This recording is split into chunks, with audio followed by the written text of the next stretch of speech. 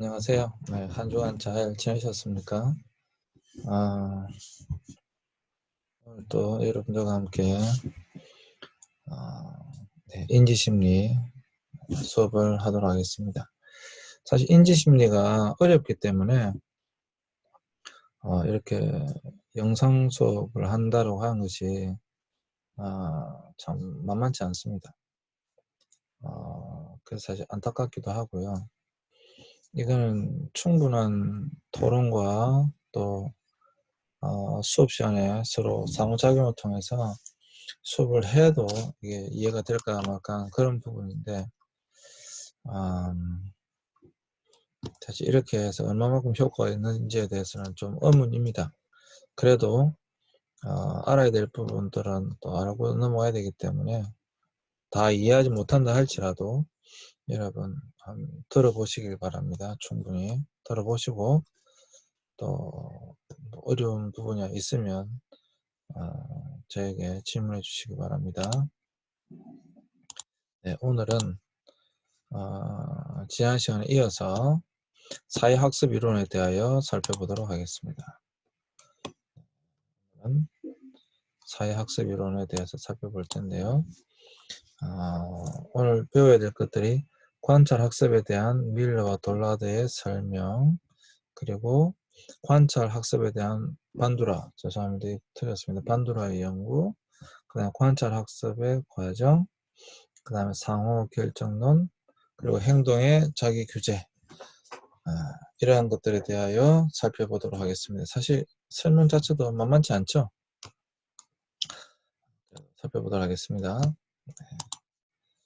자, 사회학습 이론,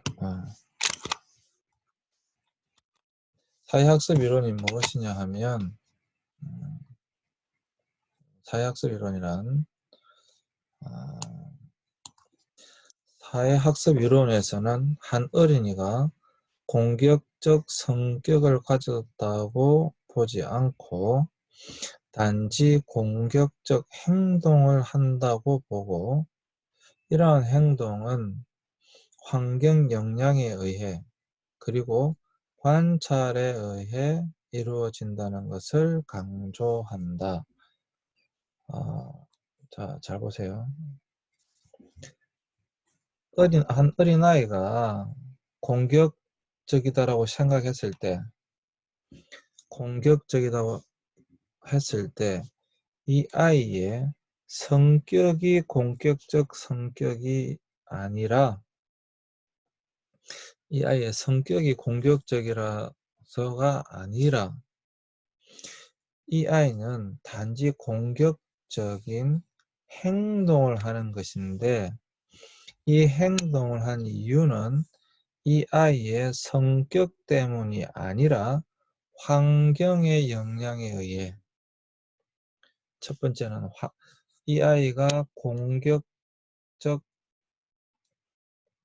행동을 하는 이유는, 이 아이가 공격적 행동을 하는 이유는 이 아이가 공격적인 성격을 가져서가 아니라 환경의 영향이고, 환경의 영향 때문인데, 이 환경의 영향이라고 할 때에 관찰에 의하여,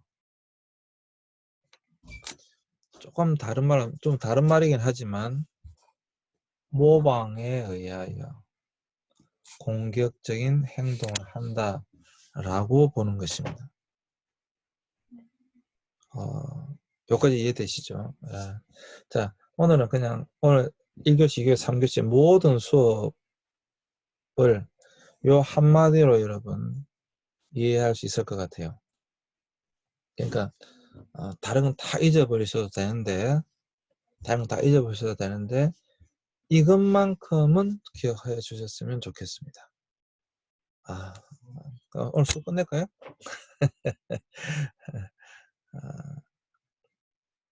이후부터는 이제 계속 이제 쭉 설명이고요. 이제 설명인데, 가장 중요한 것은 바로 이것입니다.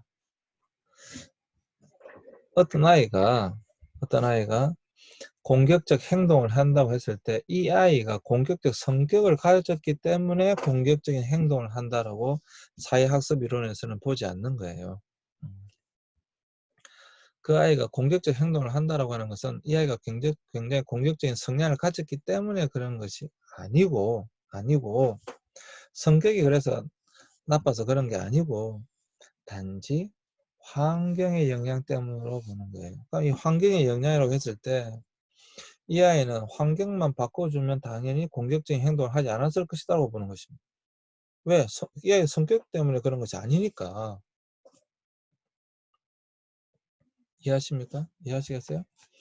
이 아이가 공격적 행동을 하는 것은 단지 그 아이가 자라는 환경이 안 좋아서 그렇다라고 하는 것이고요. 이 아이가 공격적 행동을 하는 이유는 이 아이가 관찰에 의해서 공격적 행동을 하는 관찰에 의해서 조금 더 쉽게 말하면 나중에 다 이게 설명할 텐데요. 모방에 의해서 보고 배운 대로 행동하기 때문에 공격적 행동이 나온 것이다. 이렇게 보는 거예요. 왜 우리 TV에 보면 모방 범죄 이런 이야기를 많이 하잖아요. 지금 사실 엠번방 사건 굉장히 이제 엠번방 사건이 굉장히 지금 이슈잖아요. 굉장히 큰 충격을 우리나라에 주고 있는데 그 조주빈이 왜 엠번방 그런 것들을 만들어냈겠느냐. 그 사람의 성격이 나빠서이냐. 아니 주위 사람들이 전혀 그런 걸 몰랐다잖아요. 그리고 봉사도 많이 했다고 그러잖아요. 그 사람의 성격이 그래서 그런 거냐. 그럴 수도 있어요. 전혀 그렇지 않다고 보는 건 아니지만 사회학습 이론에 의하면 그 사람의 조주빈의 어떤 환경, 그 사람이 자라난 환경의 영향에 의해서 그렇게 행동했다라고 하는 것이고, 그리고 그것은 관찰에 의하여 그런 행동을 했다라고 보는 것입니다. 그 조주빈은 그러한 관찰, 그러한 것들을 계속 살펴보았다라고 하는 것이고, 모방했을 확률이 상당히 높다라고 하는, 실제로 그렇잖아요. 예. 지금까지 우리나라에서 어떤 그런 문제를 가지고 그렇게 크게 이슈화 된 적이 없잖아요. 그러다 보니까 그 환경 속에 계속 노출된 사람은 그러한 행동을 하기가 쉽다라고 하는 것입니다. 그래서 모방 범죄 뭐 이런 말들이 여러분 많이 들어보셨을 것인데, 인간은 첫 번째 행동은 무엇을 통해서 배우느냐 하면 관찰을 통해서 배웁니다. 모방을 통해서 배웁니다. 굉장히 중요한 겁니다. 아이들이 행동하는 것은 무엇을 통해 배우느냐 하면요, 관찰을 통해서 배웁니다. 따라하려고 하는 겁니다. 모방하는 것입니다. 이거는 모든 분야에서 사실 우리는 적용해 볼 수 있어요. 물론 여러분 유전이 중요합니다. 유전이 안 중요하다고 제가 말씀드리는 게 아니에요. 성격 자체가 안 중요하다고 말씀드리는 게 아니에요. 그런데 훨씬 더 중요한 것은 무엇인가 하면 그 아이가 무엇을 보고 자랐는가, 그것이 훨씬 더 중요하다라고 하는 거예요. 그러한 것들이 그렇게 행동하게끔 만들었다라고 하는 겁니다. 자, 이것에 대하여 이제 하나하나 살펴보도록 하겠습니다. 여러분 여기 동의하십니까? 일정 부분 동의하세요? 어떻습니까? 저는 동의합니다. 저는 동의합니다. 네, 저는 동의합니다. 여러분 제가 몇 번 말씀드렸죠. 인간 행동은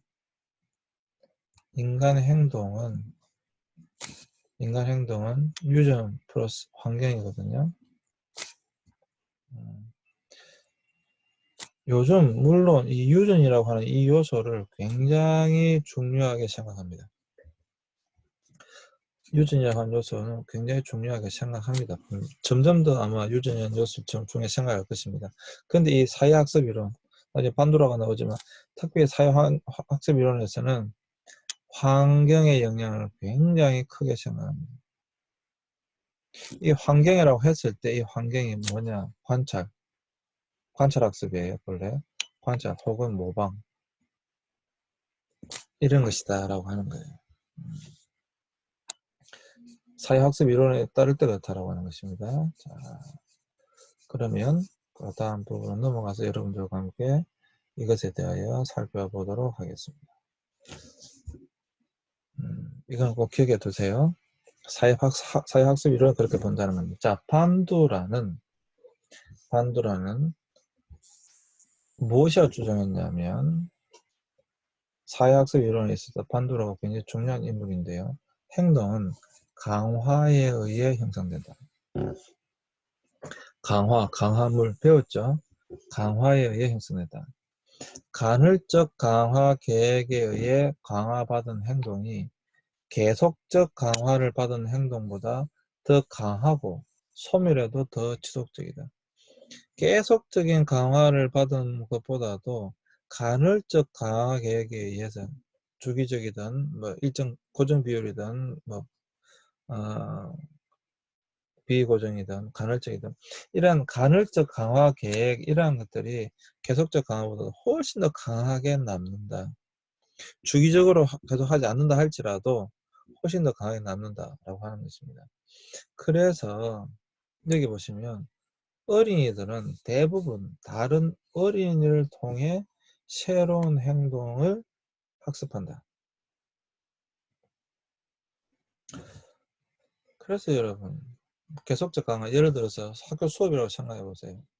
학교 수업을 통해서 아이들이 더 많이 보고 배우는가 수업을 통해 계속 보고 배우겠죠. 그런데 그것이 아니라 다른 아이들 또한 간헐적인 다른 아이들 또한 새로운 행동을 모방 이게 이제 이런 모방이라고 하는데요. 관찰 혹은 모방에 의해서 훨씬 더 많이 배웁니다. 훨씬 더. 물론 우리가 충분히 유추할 수 있죠. 뒤에 또 내용이 나오기 때문에 넘어가겠습니다. 여러분.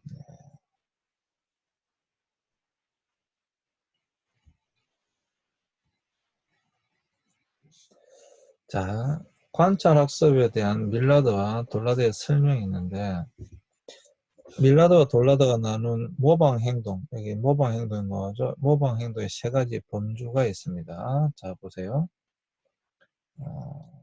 무엇이라고 이야기하냐면 동일한 행동 모방에 있어서 동일한 행동 2인 이상의 개인이 동일한 상황에서 동일한 방식으로 반응할 때 이것을 동일한 행동이라고 합니다.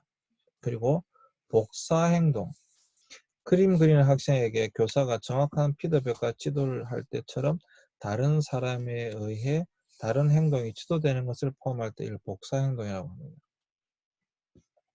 조작된 의존 행동 관찰자가 맹목적으로 모델 행동을 반복함으로써 강화받는 것을 조작된 의존 행동이라고 합니다. 모방의 행동에 이런 세 가지가 있다라고 하는 것입니다. 여기서 중요한 것은 어쨌거나 관찰학습이라고 할 때 인간은 모방 행동을 한다라고 하는 것입니다. 모방 행동을 한다라고 하는 것입니다. 거기에 동일한 행동, 그 다음에 복사 행동, 조작된 의존 행동 이러한 것들로 나눌 수 있다라고 하는 것입니다. 근데 여러분 사실 이거는 뭐 그렇게 중요하지 않아요. 중요한 것은 여러분들이 꼭 기억해야 될 것은 우리 모든 사람은 특히 아이들은 관찰 학습에 의하여 행동하는데 그 중에서 특별히 모방 행동에 의해서 그 아이가 행동하는구나 라고 하는 것만 여러분들이 기억해 주셨으면 좋겠습니다. 자, 이해되셨죠? 네. 동일한 행동, 복사 행동, 조역동, 어종 행동, 뭐 이렇게 이 모든 것을 지금 여러분 다 외우실 필요는 없습니다. 그건 교과서에 나와 있기 때문에 뭐 언제든지 보시면 되는데, 여러분들이 기억해야 될 것은 관찰 학습에 있어서 모방 행동에 의하여 학습한다. 그리고 행동한다. 라고 하는 것을 여러분들이 기억해 주시면 좋겠습니다. 자, 여기서 반도라는 사회학습 이론의 대표적인 학자죠. 반도라는 모방과 관찰학습의 구분을 중요시했는데, 또한 학습과 실행의 구분도 중요시했습니다. 반도라는 관찰학습이 항상 일어난다고 보았어요. 관찰학습 능력이 충분히 발달된 후에는 누구도 자신이 본 것으로부터 학습하는 것을 막을 수가 없다라고 했습니다. 그러니까 무슨 말이냐면, 인간은 어떤 것을 봄으로써 자연스럽게 배운다라고 하는 거예요. 자연스럽게 학습한다라고 하는 것입니다. 우리가 여러분 TV를 보거나 스마트폰을 보거나 유튜브를 보거나 봤을 때 그냥 우리가 아무 생각 없이 보고 있는 것 같지만, 그것을 통해서 너무도 자연스럽게 그것을 통해서 학습하는 거예요. 배우는 거예요. 나는 싫어요. 나는 배우지 않아요. 그럴 수 없다는 거예요. 음. 여기서 관찰학습은 외현적인 반응도 강화도 요구하지 않는다라고 했는데, 그래서 여러분 사실 이것이 그래서 무서운 겁니다.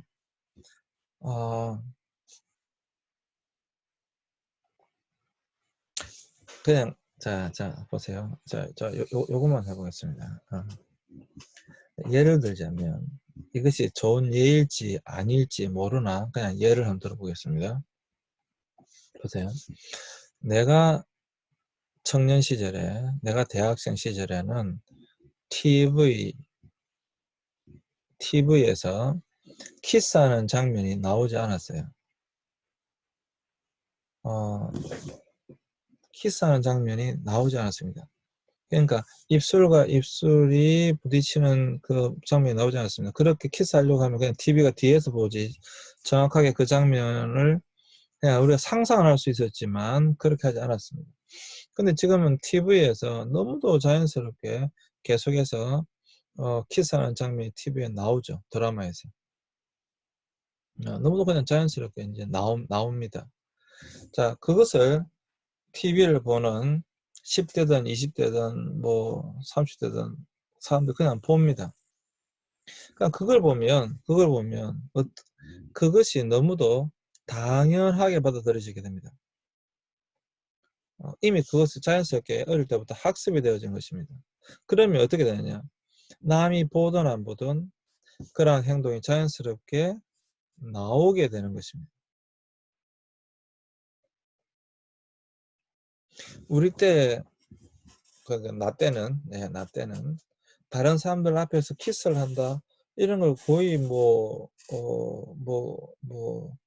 글쎄요, 있게 있었겠지만, 다른 사람들이 보는 앞에서 키스를 한다, 그렇게 정말 드문 경우였습니다. 근데 지금 어떻습니까? 그냥 길 가다 보면 너무도 자연스럽게 키스하는 연인들을 심지어 중고등학생들도 볼 수가 있죠. 그 왜 그러냐라고 하는 거예요. 그게 관찰학습이라는 거예요. 그게. 이것은 자세히 관찰해야지 이런 게 아니에요. 예. 자세히 관찰해야지 이런 게 아니고, 그냥 자연스럽게 우리의 뇌가 발달되고 난 이후에는 자연스럽게 TV나 드라마나 그냥 보면서 그냥 자연스럽게 되어진 겁니다.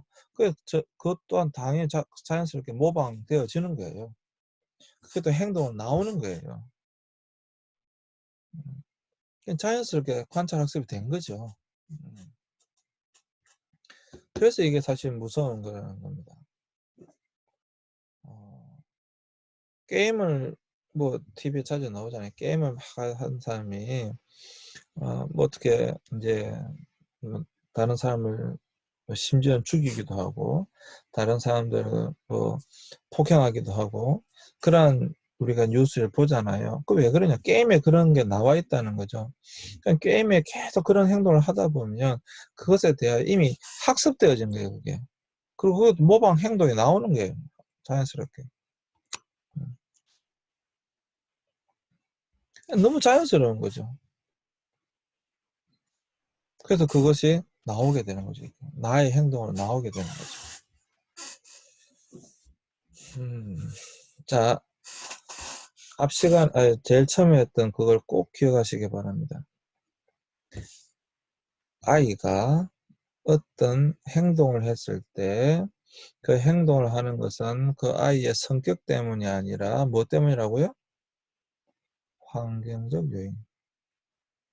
환경 때문에 그렇다. 그리고 그 환경 속에서 그 아이는 너무도 자연스럽게 관찰되어져서 그렇다.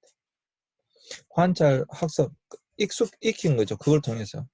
그러고 나서 자연스럽게 행동으로 나오게 되는 겁니다. 뭐, 그래서 사실 여러분,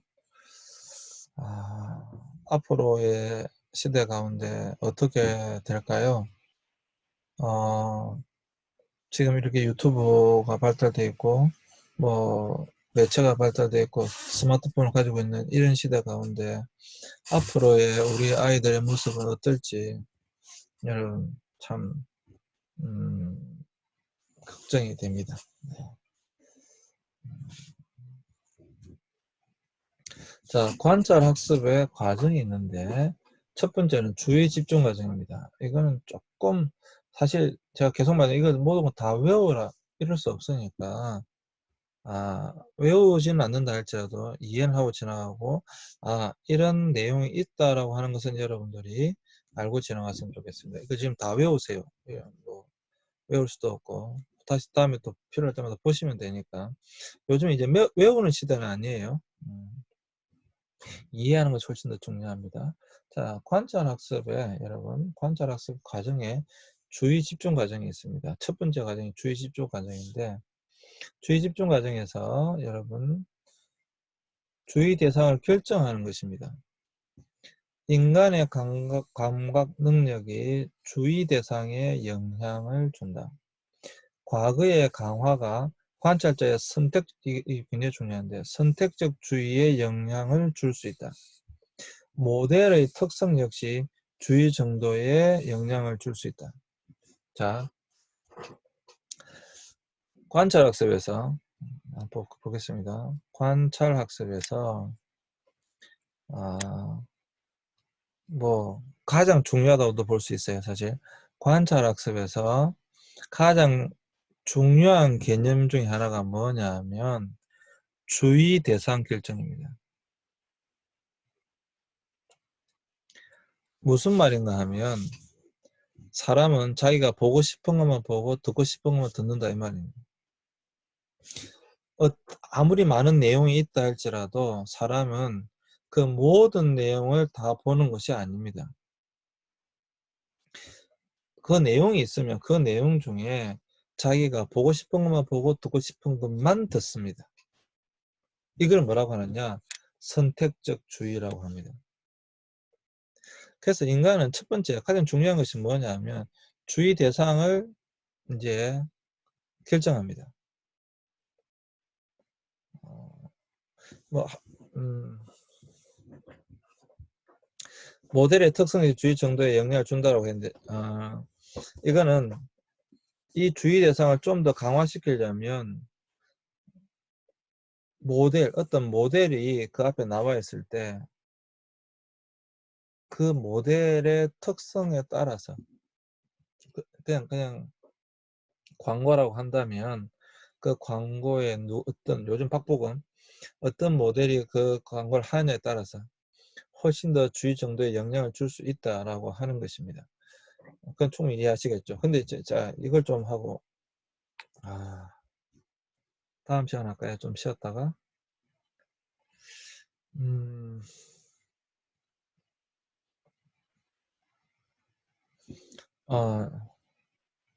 이건 좀 시간이 걸리기 때문에 예, 잠시 쉬었다가 그러면 이걸 다시 설명하도록 하겠습니다. 잠시 쉬었다가. 여러분, 이걸 좀 다시 한번 잘 기억해 주셨으면 좋겠어요. 외우라는 게 아닙니다.